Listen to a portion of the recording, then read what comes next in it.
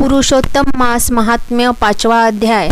नारद जी बोले, हे महाभाग, हे तपोनिधे, इस प्रकार अधिक मास के वचनों को सुनकर हरि ने चरणों के आगे पड़े हुए अधिक मास से क्या कहा। श्री नारायण बोले, हे पाप रहित हे नारद, जो हरि ने मलमास के प्रति कहा वह हम कहते हैं, सुनो।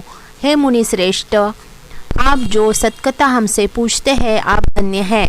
श्री कृष्ण बोले, हे अर्जुन, वैकुंठ का वृत्तांत हम तुम्हारे सम्मुख कहते हैं, सुनो। मलमास के मूर्छित हो जाने पर हरि के नेत्र से संकेत पाए हुए गरुड़ मूर्छित मलमास को पंख से हवा करने लगे।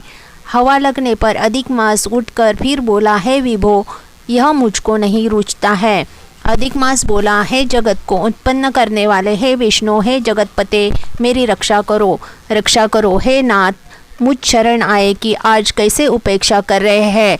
इस प्रकार कहकर कांपते हुए घड़ी घड़ी विलाप करते हुए अधिक मास से वैकुंठ में रहने वाले ऋषिकेश हरि बोले। श्री विष्णु बोले, उठो उठो, तुम्हारा कल्याण हो। हे वत्स, विषाद मत करो। हे निरीश्वर, तुम्हारा दुख मुझको दूर होता नहीं ज्ञात होता है। ऐसा कहकर प्रभु मन में सोचकर क्षण भर में उपाय निश्चय करके पुनः अधिक मास से मधुसूदन बोले। श्री विष्णु बोले, हे वत्स, योगियों को जो दुर्लभ है गोलोक है, वहाँ मेरे साथ चलो, जहाँ भगवान श्री कृष्ण पुरुषोत्तम ईश्वर रहते हैं। गोपियों के समुदाय के मध्य में स्थित 2 भुजा वाले मुरली को धारण किए हुए नवीन मेघ के समान श्याम लाल कमल के सदृश नेत्र वाले, शरद पूर्णिमा के चंद्रमा के समान अति सुंदर मुख वाले, करोड़ों कामदेव के लावण्य की मनोहर लीला के धाम पीतांबर धारण किए हुए, माला पहने वनमाला से विभूषित, उत्तम रत्नाभरण धारण किए हुए, प्रेम के भूषण, भक्तों के ऊपर दया करने वाले, चंदन चर्चित, सर्वांग कस्तूरी और केशर से युक्त, वक्षस्थल में श्रीवत्स चिन्ह से शोभित, कौस्तुभमणि से विराजित, श्रेष्ठ से श्रेष्ठ रत्नों के सार से रचित, किरीट वाले, कुंडलों से प्रकाशमान, रत्नोलंकार सिंहासन पर बैठे हुए, पार्षदों से घिरे हुए, जो है वही पुराण पुरुषोत्तम परब्रह्म है। हे सर्वतंत्र और स्वतंत्र है, ब्रह्मांड के बीच, सबके आधार, परे से भी परे, निस्पृह निर्विकार, परिपूर्णतम प्रभु, माया से परे, सर्वशक्ति संपन्न, गुण रहित, नित्य शरीरी, ऐसे प्रभु जिस गोलोक में रहते हैं वहाँ हम दोनों चलते हैं। वहाँ श्री कृष्ण चंद्र तुम्हारा दुख दूर करेंगे। श्री नारायण बोले, ऐसा कहकर अधिक मास का हाथ पकड़कर हरि गोलोक को गए।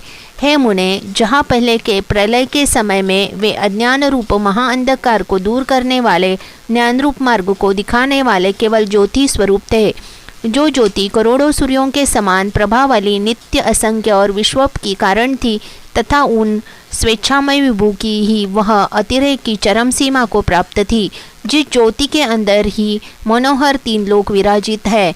हे मुने, उसके ऊपर अविनाशी ब्रह्म की तरह गोलोक विराजित है।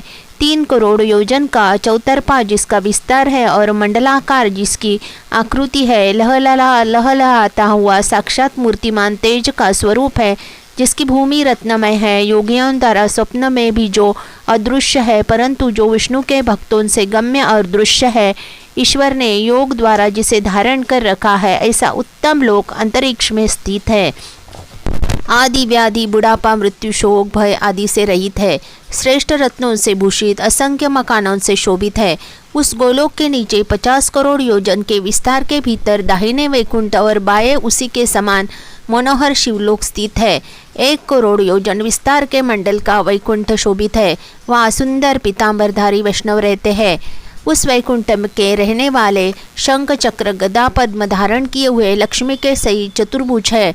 उस वैकुंठ में रहने वाली स्त्रियां बजते हुए नुपुर और करधनी धारण की है, सब लक्ष्मी के समान रूपवती है। गोलोक के बाएं तरफ जो शिवलोक है उसका करोड़ योजन विस्तार है और वह प्रलय शून्य है, सृष्टि में पार्षदों से युक्त रहता है।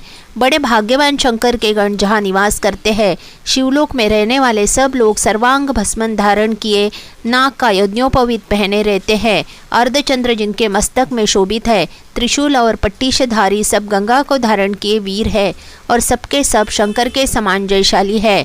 गोलोक के अंदर अति सुंदर एक ज्योति है, वह ज्योति परम आनंद को देने वाली और बराबर परमानंद का कारण है।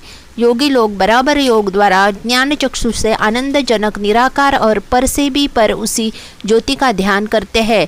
उस ज्योति के अंदर अत्यंत सुंदर एक रूप है जो कि नीलकमल के पत्तों के समान श्याम लाल कमल के समान नेत्र वाले, करोड़ों शरद पूर्णिमा के चंद्र के समान शोभायमान मुख वाले, करोड़ों कामदेव के समान सौंदर्य की लीला का सुंदर धाम, दो भुजा वाले, मुरली हाथ में लिए, मंदहास से युक्त, पीतांबर धारण किए, श्रीवत्स चिन्ह से शोभित, वक्षस्थल वाले, कौस्तुभ मणि से सुशोभित, करोड़ों उत्तम रत्नों से जटित, चमचमाते किरीट और कुंडलों को धारण किए, रत्नों के सिंहासन पर विराजमान, वनमाला से सुशोभित, वही श्री कृष्ण नाम वाले पूर्ण परब्रह्म है। अपनी इच्छा से ही संसार को नचाने वाले, सबके मूल कारण, सबके आधार पर से भी परे छोटी अवस्था वाले, निरंतर गोपवेश को धारण किए हुए, करोड़ों पूर्ण चंद्रों की शोभा से संयुक्त, भक्तों के ऊपर दया करने वाले, निःस्पृह विकार रहित परिपूर्णतम स्वामी, रास मंडप के बीच में बैठे हुए शांत स्वरूप, रास के स्वामी, मंगल स्वरूप, मंगल करने के योग्य,